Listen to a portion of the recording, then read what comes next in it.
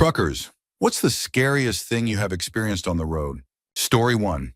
Many years ago, I was on what is called a meet and turn.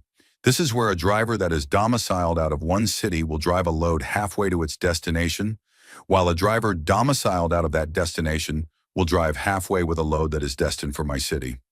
We meet in a parking lot, switch trailers, and drive back home. I had been on this run for a few months and found that I always got to the meet point about an hour before the other driver.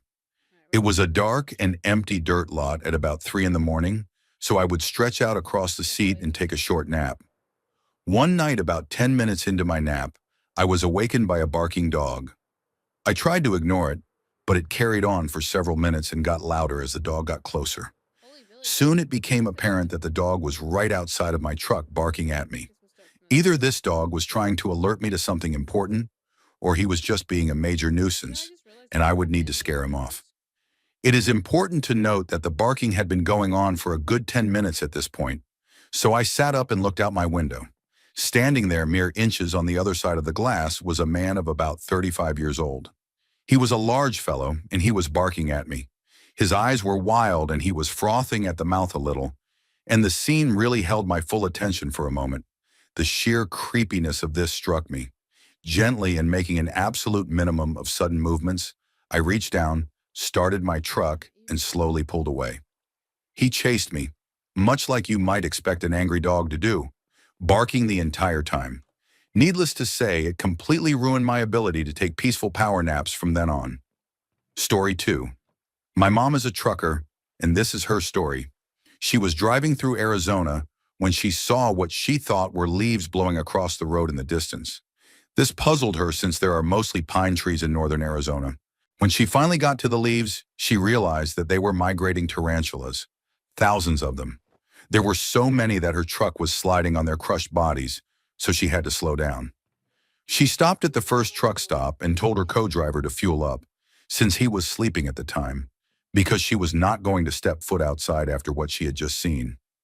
Her co-driver was angry since it was technically his time off, and he thought she was exaggerating, until he saw the tarantula remains and legs caked inside the wheel well of the truck.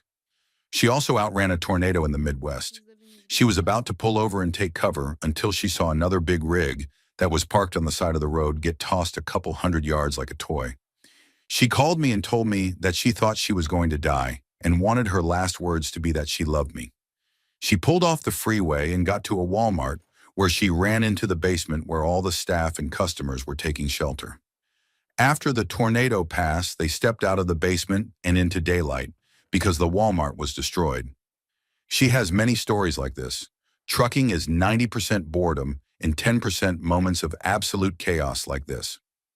Story 3. My uncle was a long-haul trucker back in the 1990s and mainly did international runs from Canada down into the United States and back to Canada, driving a pretty nice new Kenworth that had one of those maximum size sleepers on it. It had a built-in toilet and everything you could imagine. He decided that the small tank that came with the toilet was a major inconvenience to empty so frequently, so he converted half of his passenger side diesel tank into a septic tank.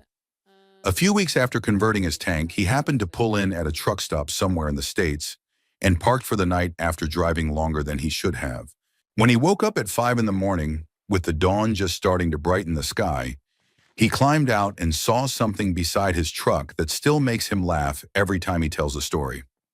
On the ground on the right side of his truck was a 5-gallon jerry can, a siphon hose with one end in his tank and the other laying on the ground, a puddle of vomit and some vomit footprints, then a few feet away, another puddle of vomit, and a few feet beyond that, yet another puddle. Some unlucky person had tried to siphon his septic tank in the middle of the night. Story 4. I was a long-haul trucker for a few years, and just spending every day out on the road can be pretty intense. You see a lot through the windshield of a truck.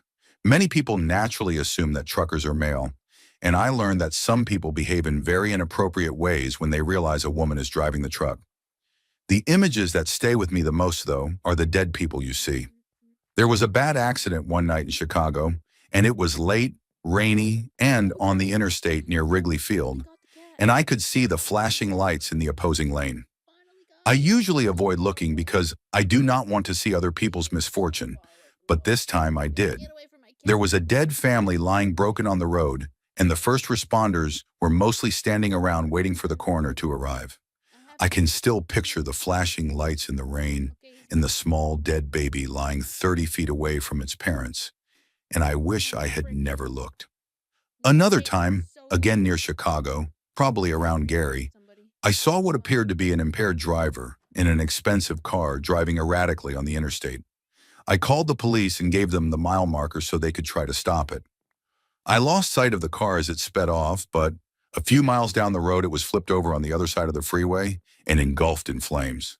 I do not think the driver made it out because no one was standing beside it. One night in northern Ontario, I was climbing a hill on a single-lane road, and just as I crested the hill, there was a minivan coming straight at me in my lane while passing a long line of cars. I had nowhere to go and was not allowed to leave my lane, so I hit the brakes with everything I had, knowing two things at once: that I was about to kill someone and that I was about to be covered in the thousands of gallons of horse waste I was hauling. Luckily, the minivan managed to get back into the other lane when traffic began braking to avoid what was about to happen.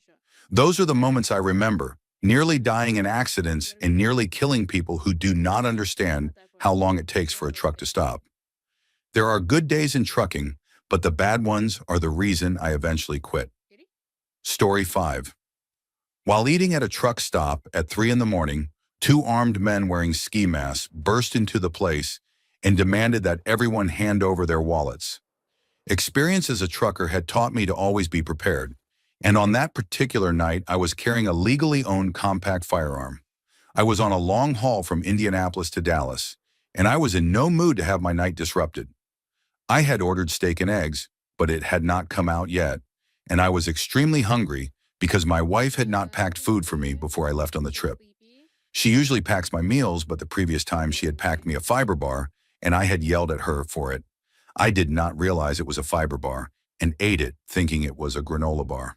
30 minutes later, I was producing some of the most unpleasant gas imaginable, filling my cabin with an unbearable smell, and I never even needed to use the restroom. It felt like the fiber bar had somehow converted everything into an endless cloud of misery. Needless to say, that was the last time I ever ate a fiber bar. Story 6. I am not a trucker, but a trucker once helped my family in a massive way. My father wanted to do a baseball park road trip through the central and eastern states of the United States.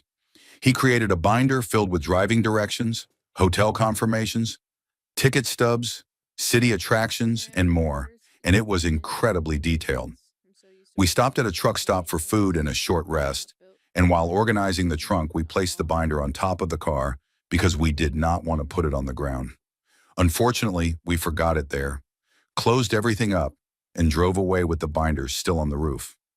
About 15 minutes later, my dad asked me to check the binder for the next exit, and I could not find it. We panicked and spent nearly 3 to 4 hours retracing our route, but we could not find it. We then spent another 3 hours figuring out how to salvage the trip without it, confirming tickets with ballparks and hotels online.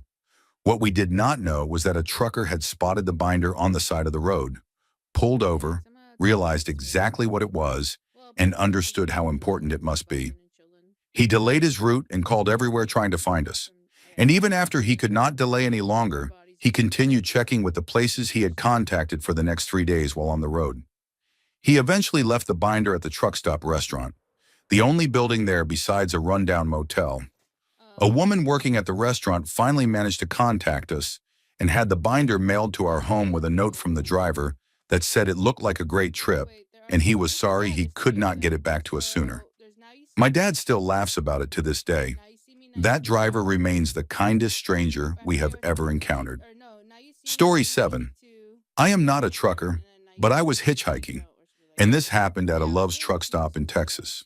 I was looking for a ride and sitting against a wall playing my ukulele when a man walked over to a table about 10 feet away from me. He was a young-looking Hispanic man with a buzzed haircut and visible tattoos, and he looked deeply sad. He listened to me play for about 10 minutes without saying a word. Eventually, I stood up and introduced myself, though I cannot remember the name he gave me. We shook hands, I sat with him, and we talked for a while. He told me his girlfriend had broken up with him, thrown his belongings out, and that he had lost his job, and it was clear he was at rock bottom. He said he had come there hoping to get a ride and just start traveling, wanting to see something beautiful. So I shared some hitchhiking stories with him. He then asked to use my phone to make a quick call, which I agreed to, and afterward we continued talking. About 5 minutes later, a truck screeched into the parking lot toward him, and a frightening bald man was leaning out of the passenger window holding a large weapon. The man I had been talking to immediately ran, and I dove behind a table in fear. Almost instantly, 3 police cars came in from every entrance, and the man dropped to the ground mid-run, clearly realizing he would not escape. It turned out the truck was an unmarked police vehicle. I had thought I was witnessing gang-related violence and was terrified. They arrested him and decided to take me to the police and federal offices in Amarillo to question me about what I had learned. Later, they explained that the man had committed multiple violent crimes the night before and was facing the most severe legal consequences. While I was waiting to give my statement, the door suddenly opened, and the man was escorted past me in restraints with officers behind him. He stopped briefly, looked at me, apologized for lying about who he was, gave me his real name, and asked me to call the number he had used earlier to pass along his apology, saying that life was complicated. Story 8. As mentioned in my other post, I was a transportation broker for a number of years. One of those years, we obtained government contracts for the transfer of undisclosed hazardous materials. We were under strict restrictions to keep everything about these loads confidential, from the trucking companies we brokered them to, all the way to their specific destinations. Every single day, we were required to give hourly updates to an internal agency about the status of our drivers. Each load required a coordinated team in order to minimize stopping time. These trucks had specific instructions not to stop for more than a half hour throughout the entire itinerary and never to open the contents of the trailer.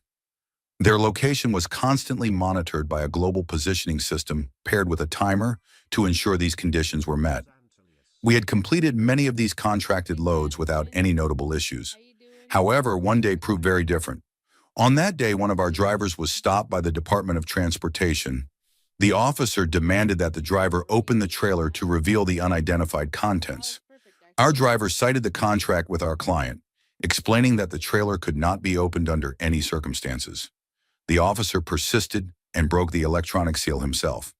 At that exact moment, our dispatch systems froze completely.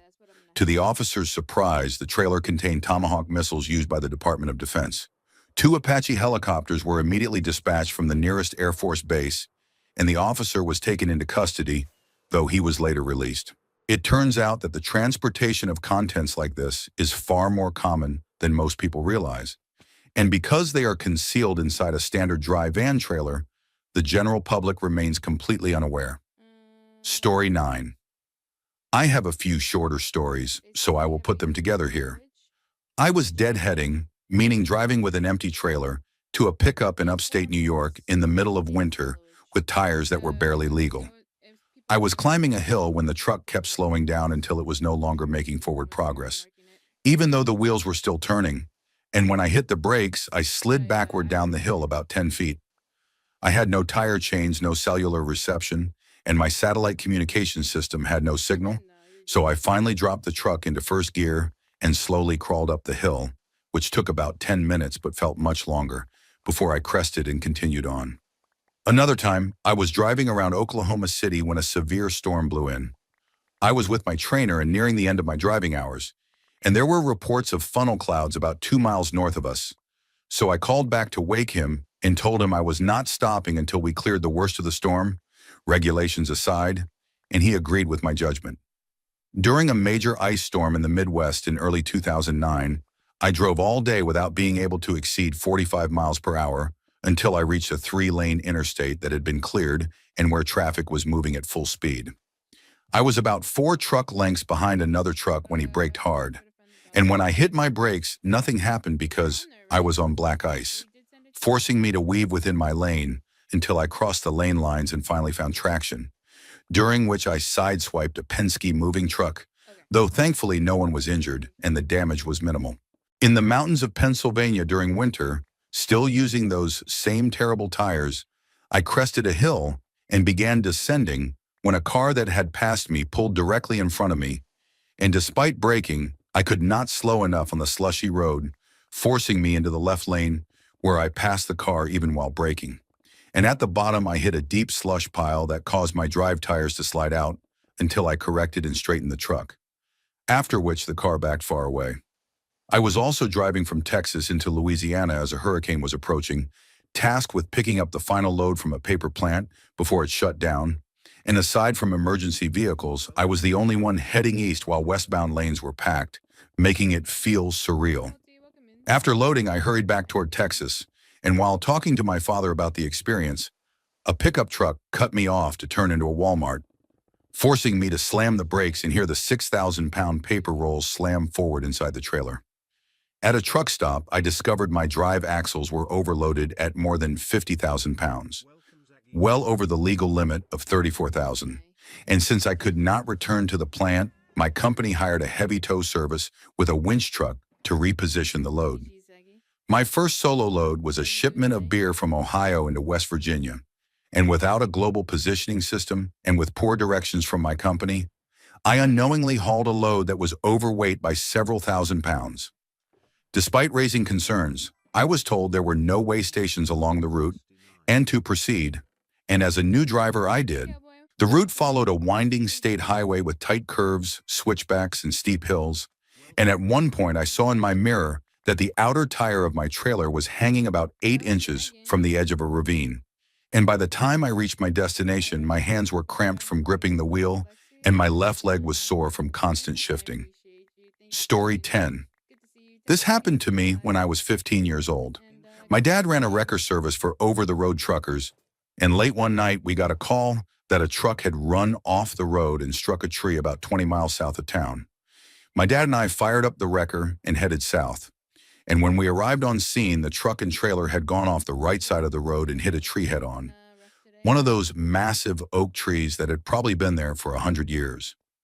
This was back when cab-over semi-trucks were common, the type without a hood where the engine sits under the cab. The truck was still idling, the door was closed, and there was no driver visible through the window. The front windshield on the driver's side was shattered, with a large hole in the middle. The trailer was loaded with flat quarter-inch sheet steel. It was pitch dark and hard to see clearly at first, and our initial assumption was that the driver had hit the tree, struck his head on the windshield, and had already been taken away for medical treatment. My dad set up the wrecker to hook onto the trailer and asked me to open the cab door so he could release the brakes. When I opened the door, I was met with the lower half of a body. When the truck hit the tree, a single sheet of steel had broken free and passed through the cab, cutting the driver in half. The upper half of his body had gone through the windshield. I later found the upper half of the driver in a cornfield about 40 feet from the truck, still gripping the top of the steering wheel, looking frozen in time as if he were still driving. He was placed into a body bag with his lower half, and we worked through the night to recover the truck and trailer and bring everything back to town. This was just one of many intense experiences I had growing up in a wrecker service family. Story 11. This happened to my dad, and although he was not a trucker, it is still very much a trucking story. My dad worked for Pillsbury Foods, which had recently acquired another company that was beginning to deal in fresh vegetables rather than canned goods, which I believe was Green Giant. Some of the fresh vegetables were shipped in from Mexico in refrigerated trucks, but Pillsbury kept receiving loads of broccoli, green beans, and other produce that arrived spoiled. The company suspected that some of the drivers were shutting off the refrigeration units to save fuel. To prevent this, they decided to send company employees to ride along with the drivers to make sure the refrigeration stayed on, and my dad was one of those people. He found himself riding through a Mexican desert with a driver who spoke approximately 0 words of English. As it started getting dark, the driver attempted to turn on the headlights, but they did not work. My dad tried to ask if they were going to stop and fix the lights, but the driver replied in Spanish and kept driving. It grew darker, and the truck continued along at about 30 miles per hour with no lights at all, which understandably made my dad very nervous. Eventually, a small car approached from behind and passed them. The driver exclaimed something excitedly and began to speed up, tailgating the car and using its headlights to see the road ahead. From the perspective of the person in that small car, a massive dark truck suddenly appeared behind them and matched every speed change they made, which must have been terrifying. Eventually, the car swerved off the road into the desert to escape. The truck driver slowed down again, muttered angrily in Spanish, then suddenly stopped, rummaged around, and emerged holding a large knife. He proudly held it up and spoke again, which made my dad think he was about to die on a dark desert road. Instead, the driver used the knife to pry open part of the dashboard where the light switch was located, stepped outside to adjust something, returned a few minutes later, adjusted some wires, and the headlights finally came on. He then resumed driving as if nothing had happened, while my dad sat in silence, shaken, until they finally reached their destination hours later. Story 12. I was a truck driver in the Army in Iraq in 2003, and our main mission was hauling fuel to various camps throughout Iraq from Kuwait. One day, 8 of us operating 4 trucks were assigned to deliver civilian refrigerated trailers to a small camp that was repairing their refrigeration systems. These trailers were in terrible condition, and by civilian, I do not mean United States civilian, but Iraqi civilian. Out of 8 tires across the trailer axles, we technically started with only 7 usable ones, meaning one was already flat. There was no chance we were going to use a military spare on non-military equipment, so we decided the remaining tires would get us through the roughly 200-mile trip since the trailers were empty. We stopped twice along the way. At the first stop, another tire on the opposite axle was flat, leaving 3 inflated tires on each side, which we deemed acceptable. At the next stop, yet another tire was flat, and we continued anyway. About 10 miles from our destination, while driving along a dirt road somewhere in southern Iraq with no clear idea of our exact location, I looked in my driver's side mirror and saw one of the tires rolling away from the trailer and down the side of the road for nearly a mile. The sergeant riding with me and I just stared at it as we continued driving at about 59 miles per hour. The governed speed, unsure whether we should stop or keep going.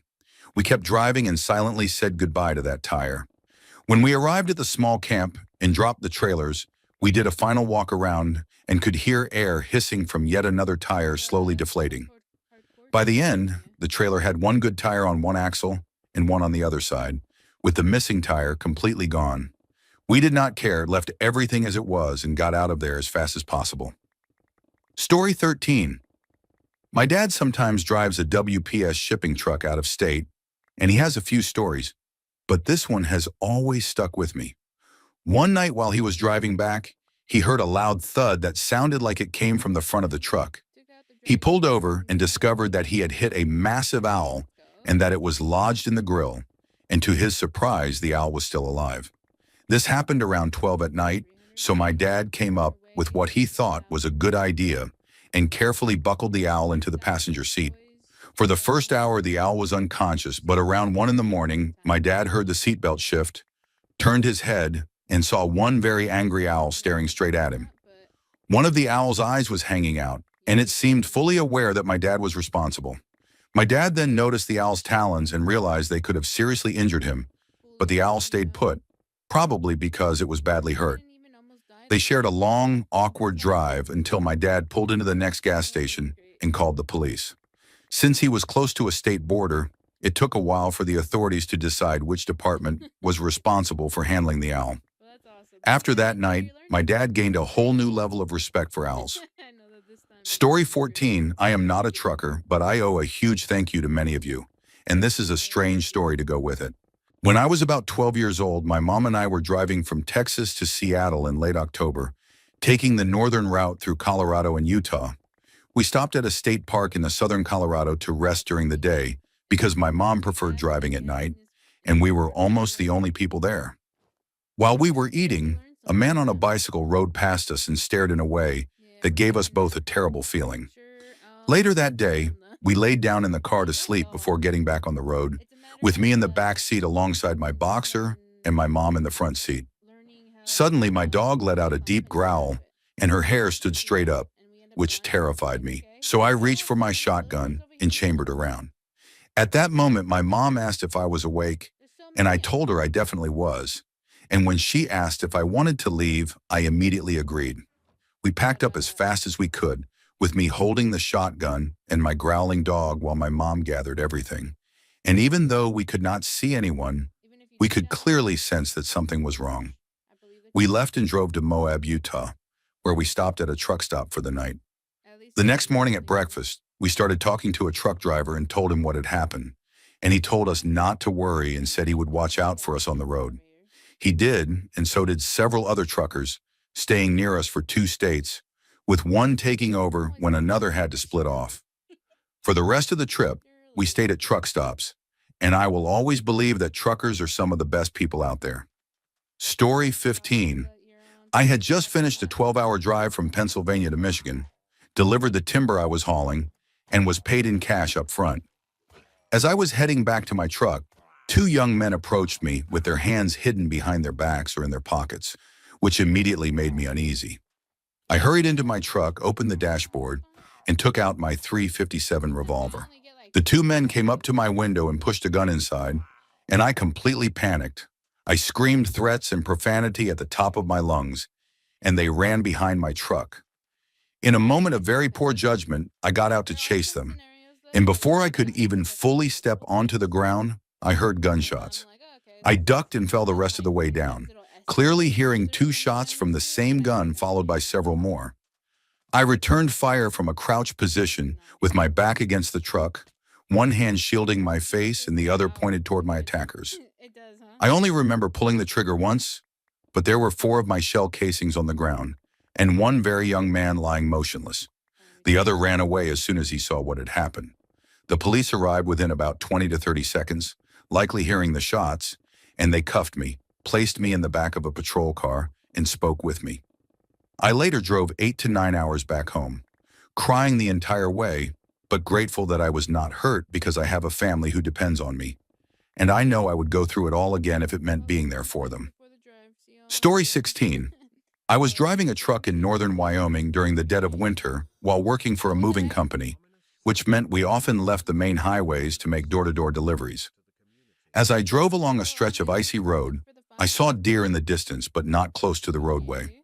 Up ahead, I suddenly noticed a deer much too late, and because the road was slick, I could not brake hard. As I passed it, the deer did not move, and that was when I realized something was wrong, because half of its body was embedded in a snowbank. A short distance farther down the road, I saw the other half of the deer still standing upright, consisting only of hind legs and part of a torso. Later, when I stopped at a store and asked about it, I learned that another driver had hit the deer with a dump truck equipped with a heavy front guard, splitting the animal in half. The 2 halves had been thrown into the snowbank and stuck there, and as the snow melted, it created the disturbing illusion that the deer was standing and staring out at the road, while the other half looked even worse as the surrounding snow receded. Story 17. He was a trucker doing a run through rural Lancashire and had stopped in a lay-by, a paved pull-off area where vehicles can stop to rest, and he was taking a nap. It was around 4 in the morning, and there was absolutely nothing around when he heard a low rumbling sound, the kind you hear when a train passes far off in the distance. He said he felt a strange pressure building, which is what fully woke him up. He checked his watch and noticed it had stopped, which struck him as odd because the battery had been replaced only a couple of weeks earlier. He then checked his phone, which was completely dead and would not turn on. He also noticed that none of the electrics in the cab were working and the truck would not start. The pressure sensation grew heavier, and he realized the hair on his body was standing on end. This all happened within about a minute of hearing the noise.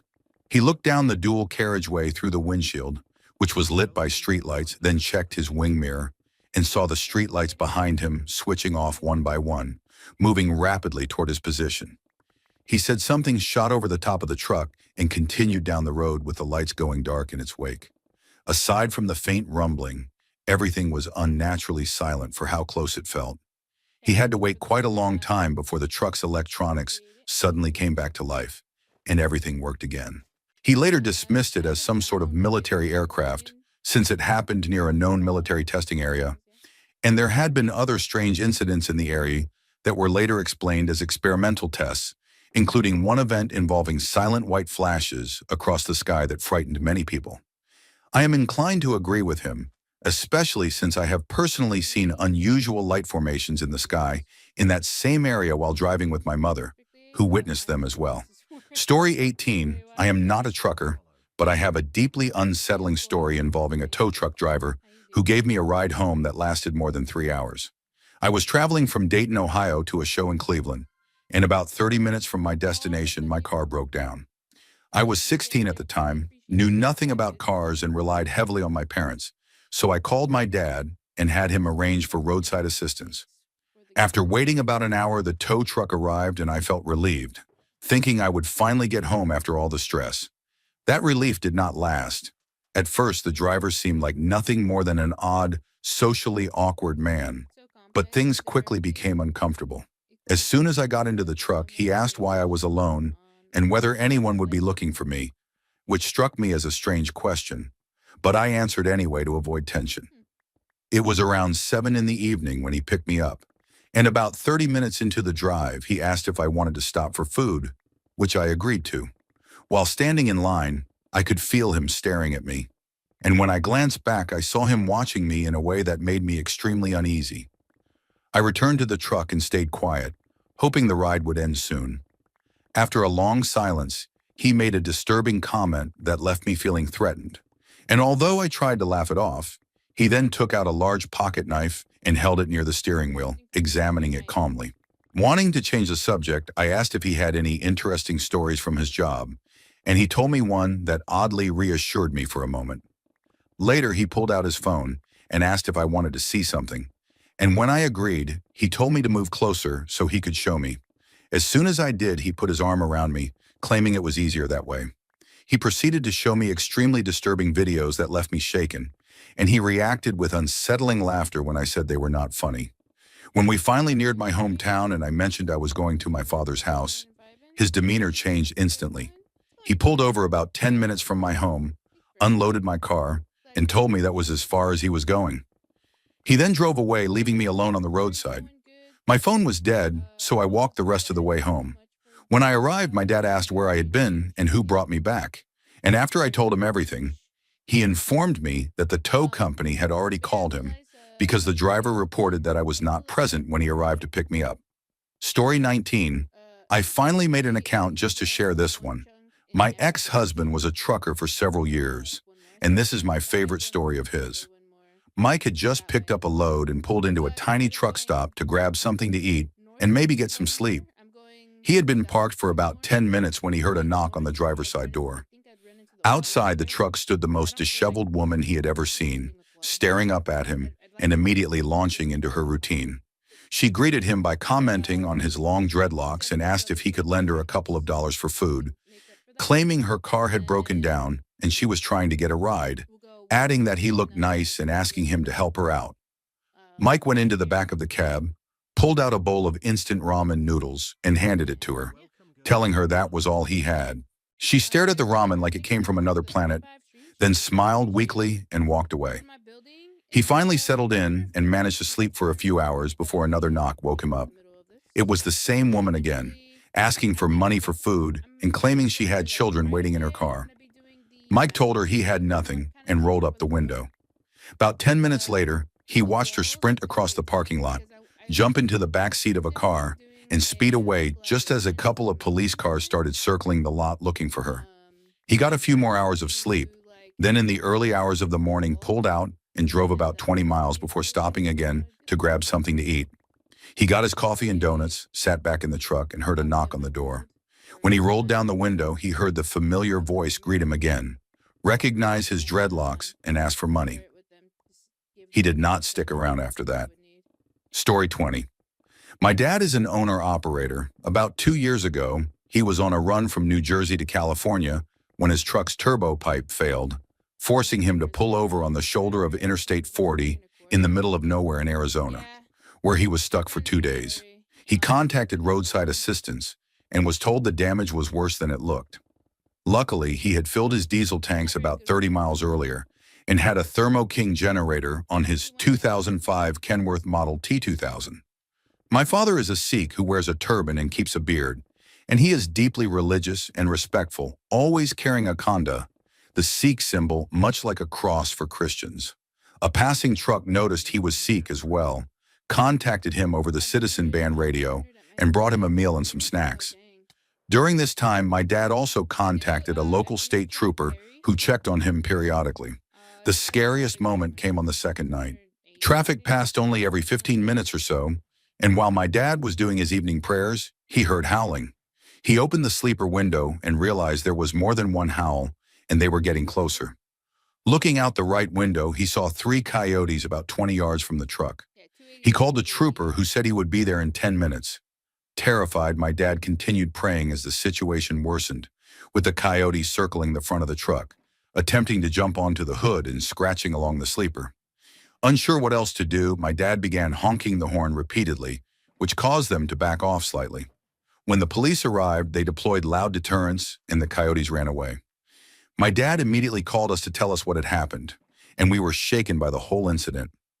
The next morning, the mechanic repaired the turbo and was stunned by the story. My dad completed his delivery to California, picked up another load, and made it home safely.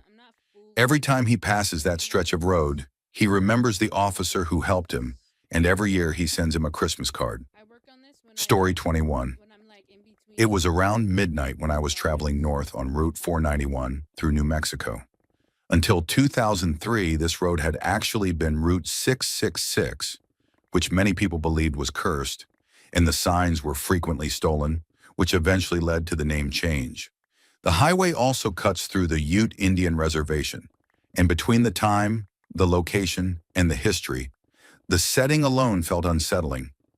It was a clear night with stars everywhere. No towns and no other vehicles for miles.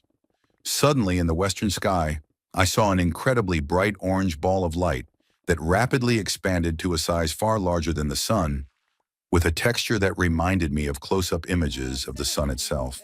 Just as suddenly, the glowing mass vanished, and the entire sky flashed bright yellow from horizon to horizon, lighting up the desert like daylight for a brief moment. Then everything returned to normal, as if nothing had happened. The entire event lasted only a couple of seconds, but it left me shaken.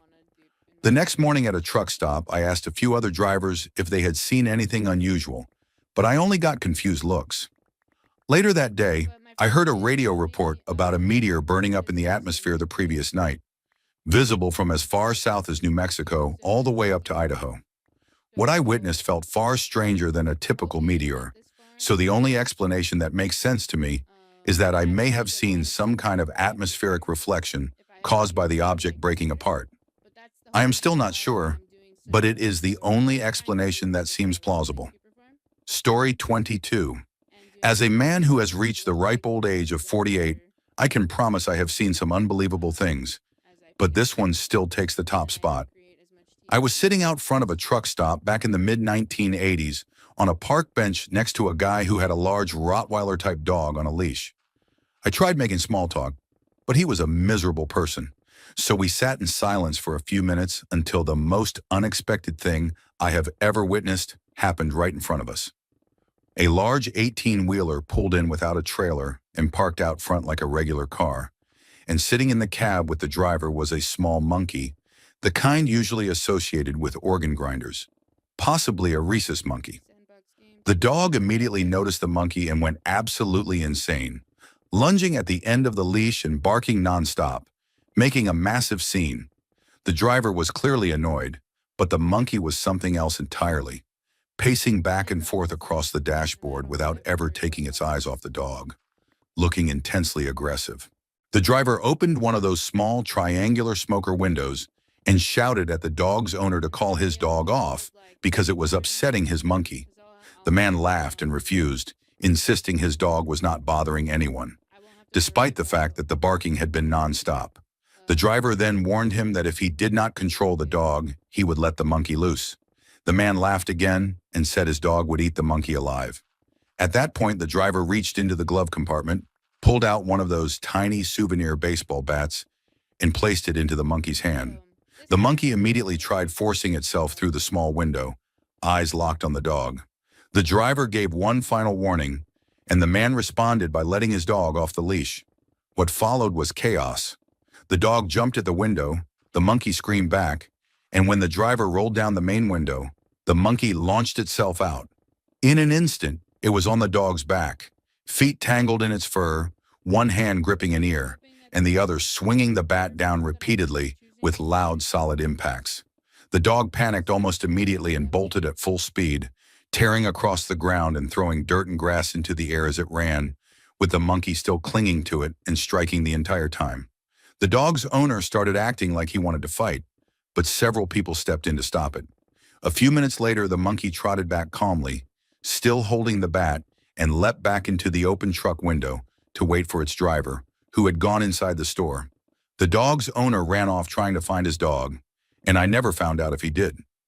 My ride arrived shortly after, and I had to leave.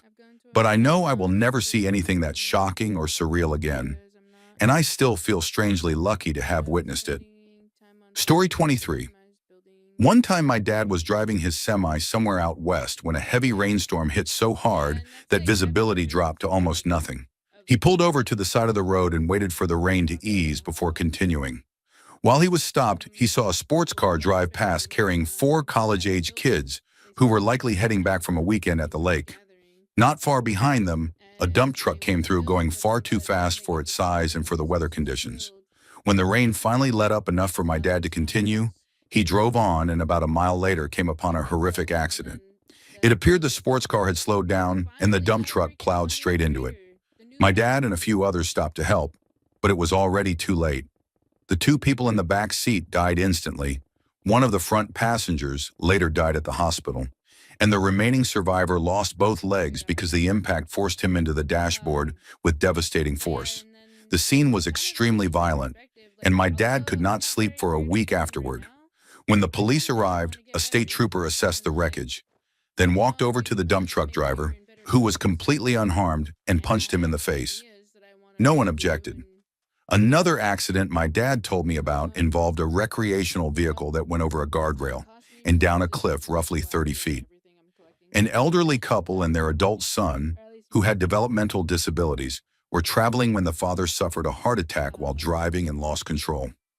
My dad witnessed it happen and pulled over along with other truckers to help. After the previous accident, he could not bring himself to go down into the wreckage, but he used his spotlight to help illuminate the area while others climbed down. When they reached the vehicle, the son kicked the door open and emerged screaming, frightening everyone. The father was already dead, whether from the heart attack or the crash was unclear, and the mother was alive and moving at first while the son appeared unharmed. By the time emergency services arrived, however, the mother had also passed away. Story 24. Back in 1999, I was pulling across Interstate 10 from California to Florida, and it was late, around 2 in the morning, when the citizen band radio can start getting really strange. I was a little tired, there was nobody else on the road, and all I could hear on the radio was what sounded like a train far off in the distance, slowly getting closer. It did not sound like a modern train at all, but like an old steam train you would see in a black and white movie from the early 1900s. I had the radio set at a normal, comfortable volume, not loud, just enough to hear conversation, and this train sound just kept getting louder and closer. It started to feel unsettling, and I kept checking my mirrors, feeling paranoid as the noise continued to build. This went on for about 15 minutes, and just as I was about to turn the radio off because it was getting too strange, I reached for the dial and a sudden scream blasted over the radio. At the same exact moment, a set of headlights flashed across my windshield. I nearly lost it. I grabbed the steering wheel with both hands past the headlights, and then there was nothing but silence and the dark road ahead.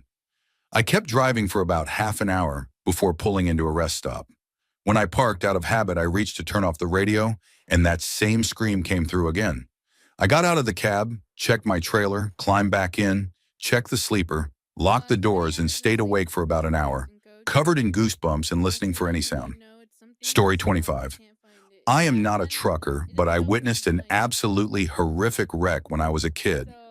My dad and I were traveling in a motorhome on a highway in Florida when suddenly a car cut off a tractor trailer, causing the trailer to swing around as the rig jackknifed, slid, and began to overturn. In a terrible stroke of luck, a police car had a small pickup pulled over on the shoulder, and as the trailer rolled, it landed on the rear half of the police car, crushing it completely from the back doors rearward. At the same time, the front doors burst open as the frame buckled, and the officer was thrown out, suffering broken legs. Then came the worst thing I have ever seen happen to another human being. The truck slammed into the pickup with such force that the driver was thrown through the metal pillar beside the windshield rather than through the glass. We were the first people to reach him, and his injuries were beyond anything I can fully describe, with most of his face severely damaged. It started to rain, and we ran to get sheets to try to shield him while everyone stood in shock. Then ants began to swarm, quickly covering him, and despite our desperation, first responders would not allow anyone to move him due to the risk of spinal injury.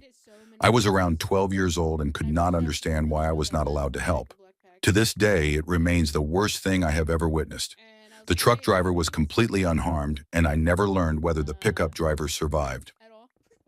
Story 26. I am probably very late to be sharing this, and I am not a trucker, but I want to tell this story anyway. Around 2 in the morning on a Saturday night, my best friend and I were intoxicated and being driven home by her husband. She pointed out a shoe in the middle of the road, and for some reason we laughed about how someone could lose a shoe on the feeder road of a highway. Moments later, we saw the matching shoe, then what looked like a pile of clothes, and we even made a joke I cannot remember now. A few seconds later, we saw twisted metal that had clearly once been a bicycle, and reality hit us instantly. Her husband made the first available turnaround while she called emergency services. When we returned, we blocked the road with our car and got out. I approached the person, called out, and knelt to check for a pulse, but I knew just from touching their shoulder that they were gone. The body was stiff, cold, and pale.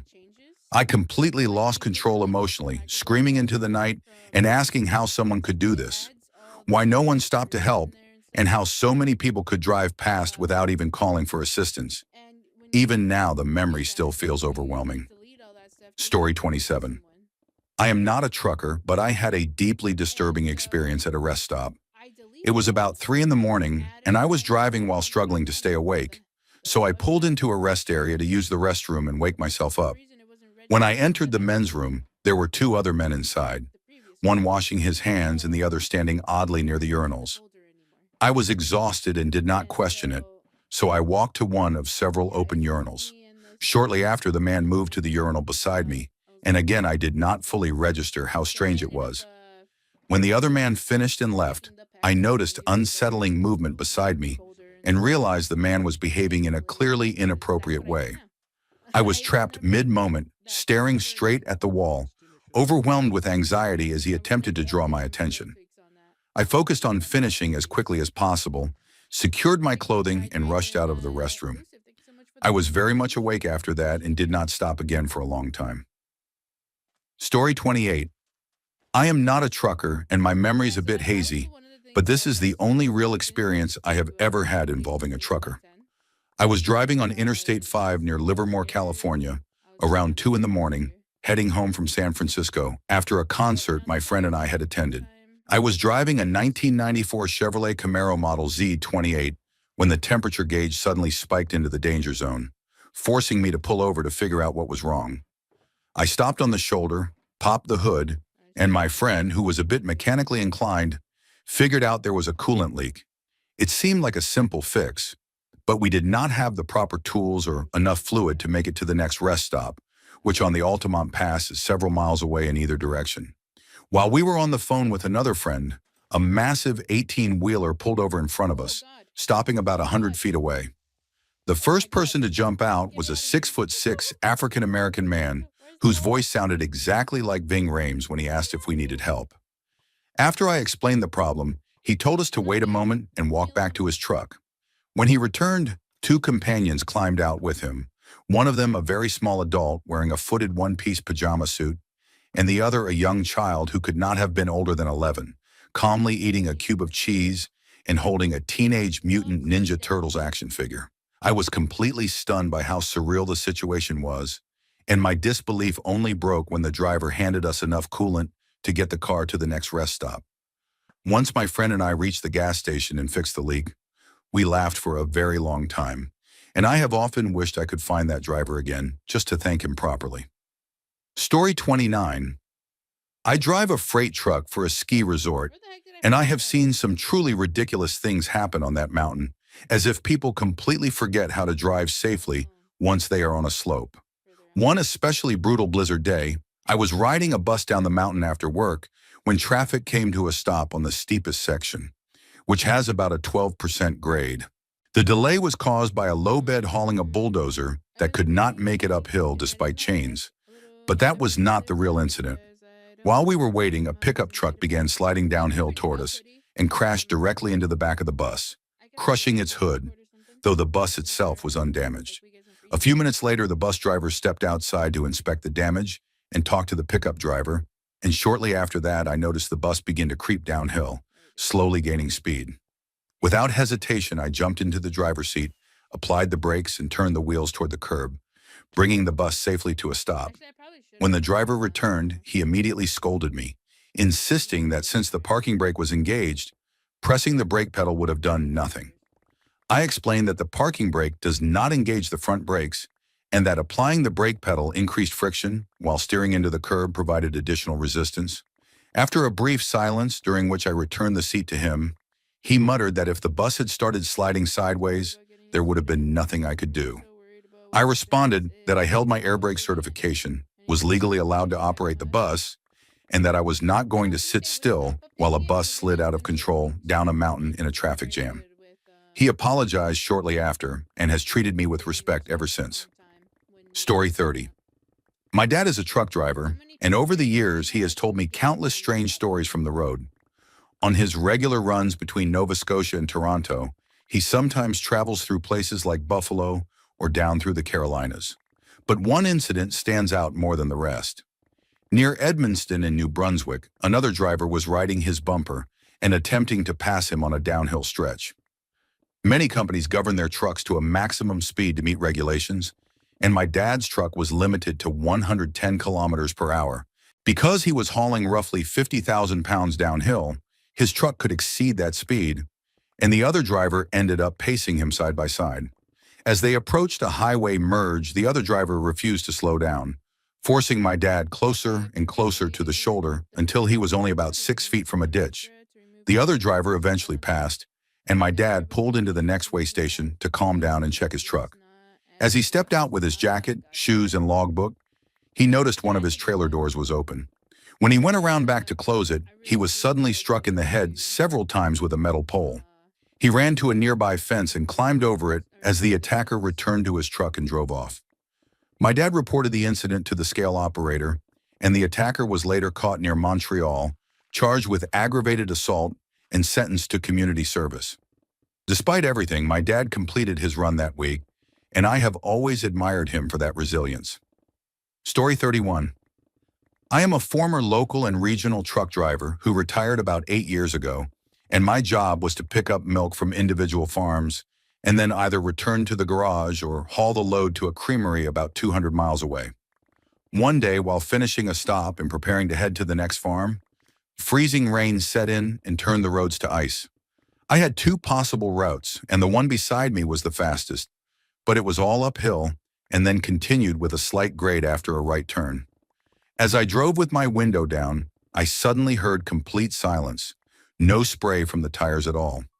When I glanced in my left mirror, I was horrified to see my trailer trying to pass my cab. I looked ahead and saw an oncoming school bus full of children. All I could think to say was a quick prayer, and then I pressed the accelerator. Just before reaching the bus, the trailer straightened out, and I slid past it at a terrifying speed. Immediately afterward, the trailer began swinging again, and just ahead was a T intersection where I had to turn right to reach the next farm. As I made the turn, the trailer tandems lifted completely off the ground, and I felt the strain pull hard on the fifth wheel, but thankfully the trailer slammed back down, and I was able to continue driving. Looking back now, I know that if I had driven straight into the farmer's pasture at that intersection, it likely would have destroyed the underside of the truck due to rocks and tree stumps, but it may have been safer. These days, when there is snow or ice outside, I sit at home and give thanks that I no longer have to battle chains or slide backward down hills. Story 32. We were not truckers, but we were towing a boat behind a sport utility vehicle for over 3,000 kilometers. We were cruising steadily at 100 kilometers per hour, and were frequently passed, which was fine, until one car began deliberately harassing us. They overtook us, slowed down to force us to pass, then rode our bumper and overtook again extremely close, with the occupants reaching toward our vehicle as they passed. This happened 3 times and my dad was furious. They sped off into the distance, then later came back toward us, head-on in our lane before swerving away at the last possible moment. After overtaking us again, they disappeared ahead. We pulled into a truck stop road that ran parallel to the highway, about 20 meters away, to let them get farther ahead while tempers cooled. As we were about to leave, their car suddenly came flying in from behind, stopped in front of us, spun its tires and sprayed rocks and dust before speeding away. We had no phone signal and were in the middle of nowhere, but I convinced my dad to keep going to the next town so we could report them, since we had their license plate and had seen their faces. Not long after, we caught up to them again. Their brake lights came on and my dad braked hard, difficult while towing a boat, and we pulled off the highway. They continued for a short distance, then turned around and drove straight back toward us. At that moment, my dad retrieved a small firearm from its secured case, opened the driver's door, and aimed it toward the approaching car. The other driver immediately realized the situation, slammed on the brakes, performed a fast turn, and sped away in the opposite direction. We waited about 10 minutes before continuing and never saw them again. Story 33. I was hauling a load of bulk potatoes out of a tiny town in southern Colorado off United States Highway 160 on a cold, snowy night, and I was completely alone on the road. I came up on advisory signs saying all commercial vehicles had to chain up, so I stopped and put my chains on without thinking much about it. A little farther along, I started seeing signs for Wolf Creek Pass. I had only been driving for about 6 months at that point, but I had already crossed most of the Rockies in Colorado. Then I saw a sign warning of a 7% uphill grade. The road was not too bad at first, and I could still see the lane markings, so I crawled my way up at about 15 miles per hour. When I reached the top, there was another truck parked there, taking his chains off. I stopped and asked him what he was doing, and he said he did not want to deal with the rattling from driving with chains on. I checked my brakes and started down the pass, which drops at 8% with tight hairpin curves. The snow started coming down hard, the lane lines disappeared completely, and I had no idea what side of the road I was even on. I made it down without crashing, but I ran out of cigarettes and smoked 2 full packs during that stretch because I was absolutely terrified. I served in combat roles and deployed to Afghanistan twice, and nothing I experienced there scared me more than Wolf Creek Pass that night. I never saw that truck again. The only other driver I encountered was at a gas station near the bottom, and when I asked him if he had seen a white Volvo at the top of the pass, he said no. I asked if there were any fresh tracks coming down, and again he said no. All the side roads off the pass were closed, and there were no reports of any accidents afterward. To this day, I cannot explain what happened to that truck. Story 34. I think my father's story easily falls into the scariest category, at least for him. The event was fairly recent. He had just earned his license to drive big rigs and left for his first long haul, which lasted about a month. The trip went smoothly, and he enjoyed the work and the places he saw, especially since he had struggled to find work in his original field and needed any steady job he could get. After returning, he prepared for his second long trip, buying new navigation equipment and hands-free devices. Partway through that second run, he called me in a way I will never forget. He sounded terrified, almost on the verge of crying, and when I asked what was wrong, he responded in a broken voice that he was about to die, then hung up. I tried calling back, but the line was busy. I spent the next month confused and worried, wondering if he had been in an accident or gotten into serious trouble. When he finally returned home, he was physically fine but emotionally shaken, carrying a heaviness none of us had seen before. In my family, personal matters are rarely discussed openly, so everyone tried to ignore it. About a week later, I overheard my mother and older sister talking about how my father had been held up in Los Angeles. From what I gathered, he had been driving through a rough area when he was suddenly surrounded by several men carrying bats, knives, and other weapons. He locked himself inside the cab and panicked, truly believing he was going to die, which explained the call he made to me. The details of how it ended are still unclear to me. I do not know whether his cargo was stolen or whether he was helped by my uncle, who also works in trucking and lives in Los Angeles.